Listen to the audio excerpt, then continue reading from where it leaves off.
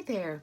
Susan Richards here, back with a chapter from Charlotte's Web. I'm here with Gwen, who loves listening to Charlotte's Web, so I thought I'd have her with me.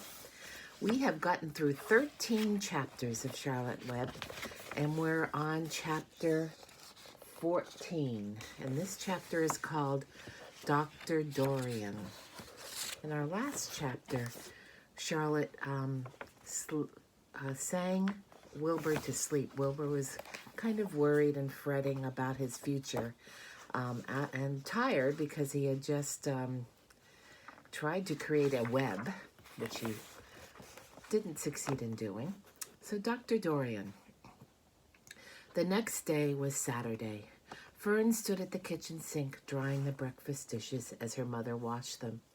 Mrs. Arable worked silently. She hoped Fern would go out and play with the other children instead of heading for the Zuckerman's barn to sit and watch animals. Charlotte is the best storyteller I ever heard, said Fern, poking her dish towel into a cereal bowl. Fern, said her mother sternly, you must not invent things. You know spiders don't tell stories. Spiders can't talk. Charlotte can, replied Fern. She doesn't talk very loud, but she talks. Well, began Fern. What kind of story did she tell? Asked Mrs. Arable. Well, began Fern, she told us about a cousin of hers who caught a fish in her web. Don't you think that's fascinating? Fern, dear, how would a fish get in a spider's web? Said Mrs. Arable. You know it couldn't happen. You're making this up. Oh, it happened all right, replied Fern. Charlotte never fibs. This cousin of hers built a web across a stream. One day she was hanging around on the web, and a tiny fish leaped into the air and got tangled in the web.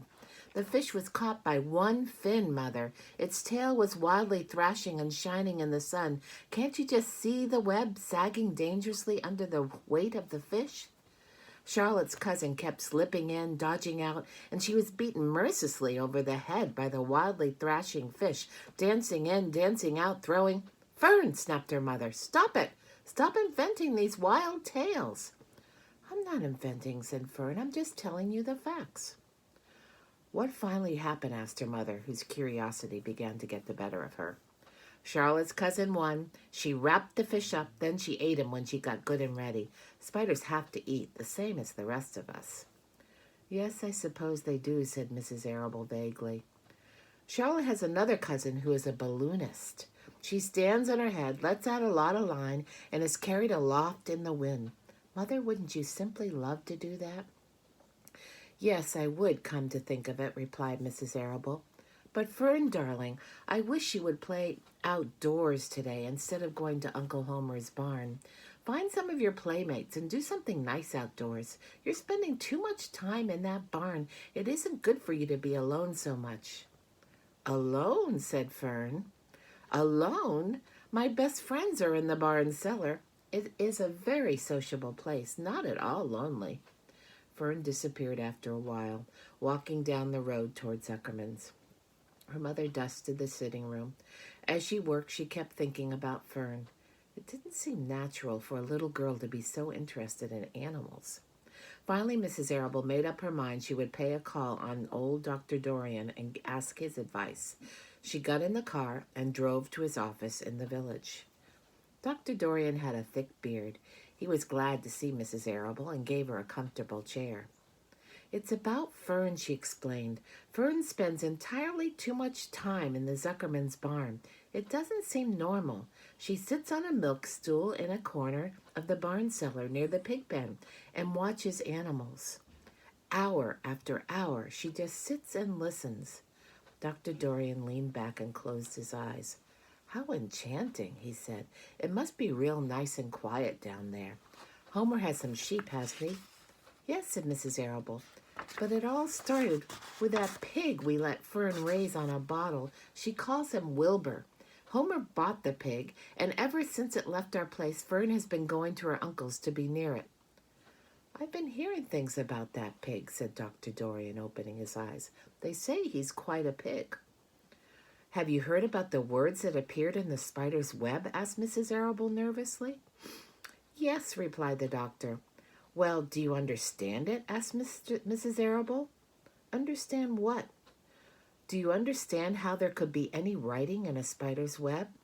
Oh, no, said Dr. Dorian, I don't understand it. But for that matter, I don't understand how a spider learned to spin a web in the first place. When the words appeared, everyone said they were a miracle, but nobody pointed out that the web itself is a miracle. This is a picture of Mrs. Arable talking to Dr. Dorian with that thick beard that he has. It looks like he's kind of leaning back and relaxing.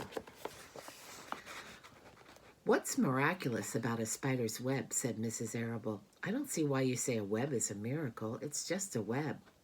Ever try to spin one? Asked Dr. Dorian. Mrs. Arable shifted uneasily in her chair. No, she replied, but I can crochet a doily and I can knit a sock. Sure, said the doctor, but somebody taught you, didn't they? My mother taught me. Well, who taught a spider? A young spider knows how to spin a web without any instructions from anybody. Don't you regard that as a miracle? I suppose so, said Mrs. Arable. I never looked at it that way before. Still, I don't understand how those words got into the web. I don't understand it, and I don't like what I can't understand. None of us do, said Dr. Dorian, sighing. I'm a doctor. Doctors are supposed to understand everything. But I don't understand everything, and I don't intend to let it worry me. Mrs. Arable fidgeted. Fern says the animals talk to each other, Dr. Dorian. Do you believe animals talk? I never heard one say anything, he replied, but that proves nothing. It is quite possible that an animal has spoken civilly to me, and I didn't catch the remark because I wasn't paying attention. Children pay better attention than grown-ups. If Fern says that the animals in the Zuckerman's barn talk, I'm quite ready to believe her. Perhaps if people talk less, animals would talk more. People are incessant talkers. I can give you my word on that. Well, I feel better about Fern, said Mrs. Arable. You don't think I need worry about her? Does she look well? Asked the doctor. Oh, yes. Appetite good? Oh, yes. She's always hungry. Sleep well at night? Oh, yes. Then don't worry, said the doctor. Do you think she'll ever start thinking about something besides pigs and sheep and geese and spiders? How old is Fern? She's 8. Well, said Dr. Dorian, I think she will always love animals, but I doubt that she spends her entire life in Homer Zuckerman's barn cellar. How about boys? Does she know any boys? She knows Henry Fussy, said Mrs. Arable brightly. Dr. Dorian closed his eyes again and went into deep thought. Henry Fussy, he mumbled. Remarkable. Well, I don't think you have anything to worry about. Let Fern associate with her friends in the barn if she wants to. I would say offhand that spiders and pigs were fully as interesting as Henry Fussy. Yet I predict the day will come when even Henry will drop some chance remark that catches Fern's attention. It's amazing how children change from year to year. How's Avery? He asked, opening his eyes wide. Oh, Avery, chuckled Mrs. Arable. Avery is always fine. Of course he gets into poison ivy and gets stung by wasps and bees and brings frogs and snakes home and breaks everything he lays his hands on. He's fine. Good, said the doctor. Mrs. Arable said goodbye and thanked Dr. Dorian very much for his advice. She felt greatly relieved. And that's the end of chapter 14.